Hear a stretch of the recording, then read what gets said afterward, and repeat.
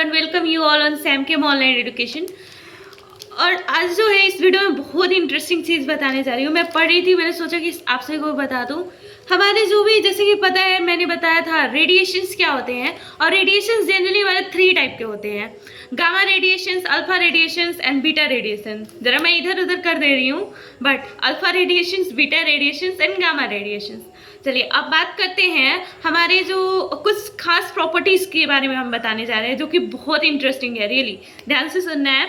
हमारे जो alpha particles होते हैं या फिर बीटा पार्टिकल्स होते हैं या गामा पार्टिकल्स होते हैं या रेडिएशन ही बोलते हैं, तो इनकी कुछ खास प्रॉपर्टीज़ है। लाइक वेलोसिटी है, उसके बाद आयनाइजेशन है, यानी कि आयनाइज करने का जो पावर होता है, पेनिट्रेटिंग पावर है, कितना जोर से वो जाके पेनिट्रेट कर सकते हैं।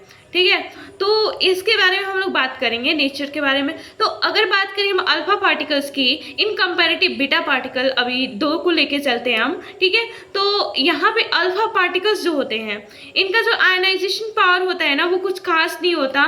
पेनिट्रेशन पावर भी काफ़ी ज़्यादा लिटिल होता है।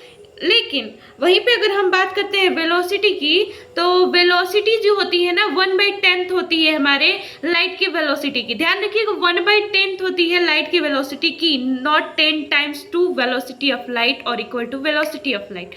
लेकिन बीटा पार्टिकल्स जो होते हैं, तो बीटा पार्टिकल्स की जो वेलोसिटी होती है वो हमारी क्या हो जाती है, 10 टाइम्स टू अल्फा पार्टिकल हो जाती है। अब जब वो 10 टाइम्स टू अल्फा पार्टिकल हो जाती है, यानी 1/10 into 10 is equal to what, 1, that is equal to velocity of light. तो इसे ऑलमोस्ट वेलोसिटी ऑफ लाइट के कंपैरिजन में रखा जाता है। बट अगर बात करें हम आयनाइजेशन पावर की, तो आयनाइजेशन पावर इनके हमारी आयनाइजेशन पावर 100 के ऑलमोस्ट माने जाते हैं in comparison of alpha particles. Beta particles के जो आयनाइजेशन पावर होते हैं, वही पेनिट्रेटिंग पावर जो होता है, पेनिट्रेशन जो होता है अल्फा पार्टिकल्स के कंपैरिजन में बीटा पार्टिकल्स का, वो 100 टाइम्स से भी ज़्यादा हो जाता है। लेकिन अगर हम बात करते हैं पेनिट्रेशन पावर सबसे ज़्यादा किसका होता है, तो गामा पार्टिकल्स का सबसे ज़्यादा पेनिट्रेशन पावर होता है। ठीक है, मोस्ट पेनिट्रेटिंग जो पार्टिकल्स होते हैं वो हमारे होते हैं गामा पार्टिकल्स। और ये जो होते हैं लाइट के वेलोसिटी के मतलब रेंज से चलते हैं। तो ये चीज़ें जो है इसके अंदर है। वहीं पे आयनाइजेशन पावर इनका वीक होता है, आयनाइजेशन पावर खास नहीं होता है। तो इन तीनों का रेशियो अगर देखें तो हमारे alpha particles, beta particles and gamma particles का, और हमने 3 प्रॉपर्टीज़ के बारे में बात की, आयनाइजेशन पावर, पेनिट्रेशन पावर और I can say ionization also. और नेक्स्ट थिंग इज दैट और वेलोसिटी। तो वेलोसिटी सबसे ज़्यादा, सबसे कम थी हमारी अल्फा पार्टिकल्स की, उसके बाद बीटा पार्टिकल्स की वेलोसिटी थी, उसके बाद गामा पार्टिकल्स की वेलोसिटी थी।